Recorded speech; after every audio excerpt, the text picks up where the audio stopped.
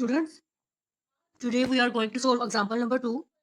1.8 moles of ethyl alcohol when burnt in air completely will utilize how many moles of oxygen gas? Also calculate the number of moles of CO2 produced.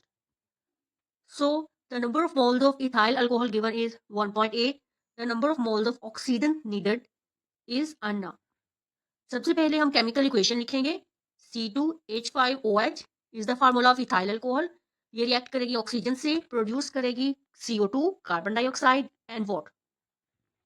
सो हम इसको balance करेंगे इस तरह से कि carbon के 2 atoms present हैं ethyl alcohol में, तो कार्बन डाइऑक्साइड के 2 मोल्स जो है वो जनरेट. सो इसी हिसाब से जो है वो कार्बन के नंबर बैलेंस हो गए. लेकिन हाइड्रोजन के यहाँ पे रिएक्टेंट्स में 6 एटम्स प्रेजेंट हैं, तो प्रोडक्ट्स में वाटर में 6 एटम्स बनाने के लिए हम वाटर को 3 के साथ मल्टीप्लाई करें. इसी तरह से जो है वो कार्बन डाइऑक्साइड को हम 2 से मल्टीप्लाई पहले ही कर चुके हैं. ऑक्सीजन को हम 3 से मल्टीप्लाई कर देंगे, तो ये 7 मोल्स ऑक्सीजन के एटम्स और 7 एटम्स ऑक्सीजन के रिएक्टेंट्स में भी आ जाएंगे और प्रोडक्ट्स में भी आ जाएंगे. तो हम इनके मोल्स को कंपेयर करेंगे. 1 मोल इथाइल अल्कोहल 3 मोल्स O2 के साथ रिएक्ट कर रहा है और बना रहा है 2 moles carbon dioxide and 3 moles water. So हमारे पास रिएक्टेंट्स में इथाइल अल्कोहल का पहले से ही 1 मोल प्रेजेंट है, तो हमें इसको 1 मोल में के लिए वैल्यू जो है वो फाइंड आउट करने की जरूरत नहीं है. सो 1 मोल इथाइल अल्कोहल रिएक्ट कर रहा है 3 मोल्स ऑक्सीजन के साथ. तो अगर हमारे पास 1.8 मोल्स इथाइल अल्कोहल हो तो वो कितने मोल्स ऑक्सीजन के साथ रिएक्ट करेगा? सारी बात है, हम उसको 3 से मल्टीप्लाई कर देंगे. 1.8 मल्टीप्लाई बाय 3 ये बन जाएगा 5.4 मोल. इसी तरह से जो 1.8 मोल इथाइल अल्कोहल है ये कितनी CO2 प्रोड्यूस करेगा? क्योंकि 1 मोल इथाइल अल्कोहल प्रोड्यूस कर रहा है 2 मोल्स कार्बन डाइऑक्साइड. तो 1.8 मोल्स के लिए हम क्या करेंगे कि इसी वैल्यू को जो है वो 2 से मल्टीप्लाई कर देंगे. 1.8 को मल्टीप्लाई कर देंगे 2 के साथ, ये आ जाएगा 3.6 मोल्स. हमारा आंसर है. Example number 3 is aluminium react with oxygen to produce aluminium oxide. How many grams of oxygen will be required to react completely with 0.3 moles of aluminium? So हमारे पास number of moles of aluminium है 0.3. हमने calculate करना है number of grams of oxygen need.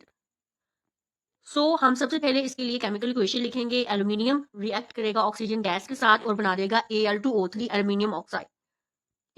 फिर हम इसको balance कुछ इस तरह से करेंगे कि ऑक्सीजन के 3 एटम्स प्रेजेंट है प्रोडक्ट्स में, लेकिन 2 एटम्स प्रेजेंट है रिएक्टेंट्स में. तो रिएक्टेंट्स वाले को 3 से मल्टीप्लाई कर देंगे, प्रोडक्ट्स वाले को 2 से मल्टीप्लाई कर देंगे. तो ऑक्सीजन के यहाँ पर भी 6 एटम्स हो जाएंगे और प्रोडक्ट्स में भी 6 एटम्स जो है वो हो जाए.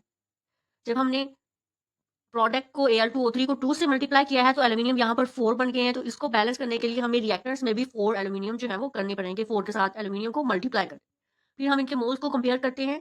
4 moles aluminium react with 3 moles O2 oxygen. ये चेंज हो रहा है 2 मोल्स ऑफ Al2O3, क्योंकि यहाँ पे रिएक्टेंट्स में स्टूडेंट्स 4 मोल्स प्रेजेंट हैं. तो हमें इस वैल्यू को 1 मोल के लिए कैलकुलेट करने की जरूरत है कि कितने मोल्स जो 1 मोल और एल्यूमिनियम जो है वो कितने मोल्स ऑक्सीजन के साथ जो है वो रिएक्ट करेगा. यहाँ पर है 4 मोल एल्यूमिनियम रिएक्ट करेगा 3 मोल O2 के साथ.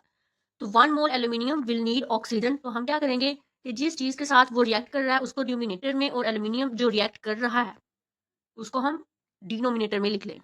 तो 3/4 आ जाएगा इसका आंसर. और फिर क्योंकि ये वैल्यू हमने 1 मोल के लिए कैलकुलेट की है तो 0.3 मोल एल्यूमिनियम जो है वो कितने ऑक्सीजन के मोल्स के साथ रिएक्ट करेगा. तो 3/4 को हम मल्टीप्लाई कर देंगे 0.3 के साथ, तो हमारे पास आंसर आएगा 0.225 मोल. इसी तरह से स्टूडेंट्स हमें ये मालूम है कि 1 मोल ऑक्सीजन का मोलर मास होता है 32 ग्राम्स. तो 0.225 मोल्स ऑक्सीजन हमारे पास आए हैं. तो इसका मास कितना होगा? 32 को मोलर मास को हम मल्टीप्लाई कर देंगे इसके मोल्स के साथ, तो आ जाएगा 7.2 grams.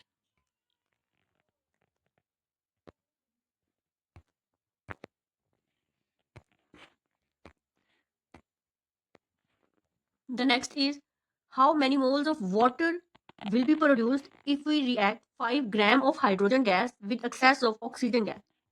So the mass of hydrogen used is 5 gram. The molecules of water produced ये हमने कैलकुलेट कर. सबसे पहले हम इसकी बैलेंस केमिकल इक्वेशन लिखेंगे. H2 प्लस O2 ये चेंज हो जाएगा H2O में, एंड देन उसको बैलेंस कर लेंगे.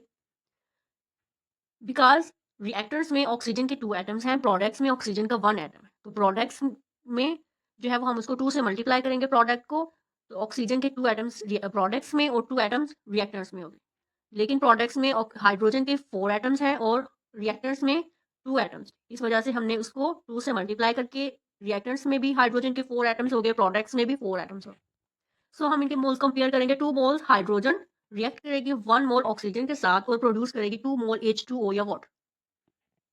हम इसके मास को कंपेयर करें, क्योंकि 2 मोल्स हाइड्रोजन का मास होता है 4 ग्राम, ऑक्सीजन गैस का 32 ग्राम और 2 मोल्स वाटर का मास बनेगा 36 ग्राम, क्योंकि ऑक्सीजन का होता है 18, 2 हाइड्रोजन एटम्स का 2 होगा, इनको प्लस करेंगे नहीं, यहाँ पे ऑक्सीजन का आएगा 16, ऑक्सीजन का 16 आएगा।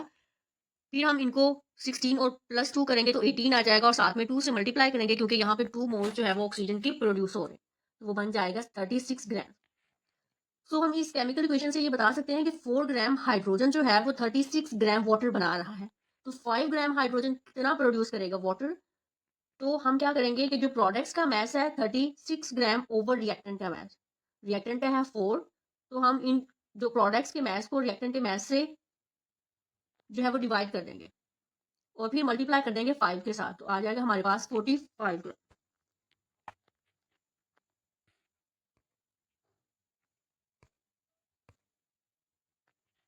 नेक्स्ट है हमारे पास कि 18 ग्राम वाटर में कितने मॉलिक्यूल्स प्रेजेंट होता है। हमें पता है कि 18 ग्राम वाटर जो है वो उस 1 मोल होता है, तो उसमें 6.02 मल्टीप्लाई बाई 10⁻23 एटम्स प्रेजेंट होते हैं।